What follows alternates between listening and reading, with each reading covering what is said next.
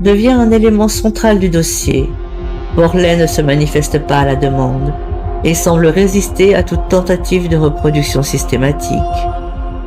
Un autre point suscite la controverse.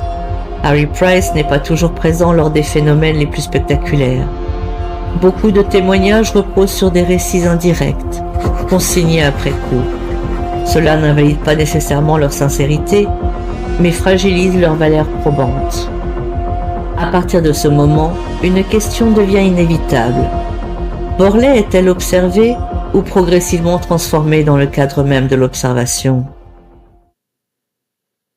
Avec la publication de Harry Price, Borlée Rectory dépasse largement le cercle des chercheurs et des curieux. La presse s'empare de l'affaire. Les journaux parlent de la maison la plus hantée d'Angleterre. Le public s'enthousiasme, s'inquiète, débat. Cette médiatisation change profondément la nature du phénomène. Borlée n'est plus seulement une maison où se reproduisent des événements étranges. Elle devient un lieu chargé d'attente.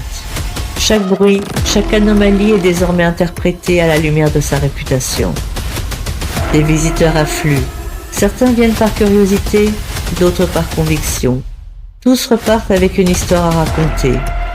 Et plus Borlée est racontée, plus elle se transforme. Ce phénomène est bien connu dans l'étude du paranormal. La narration collective agit comme un amplificateur.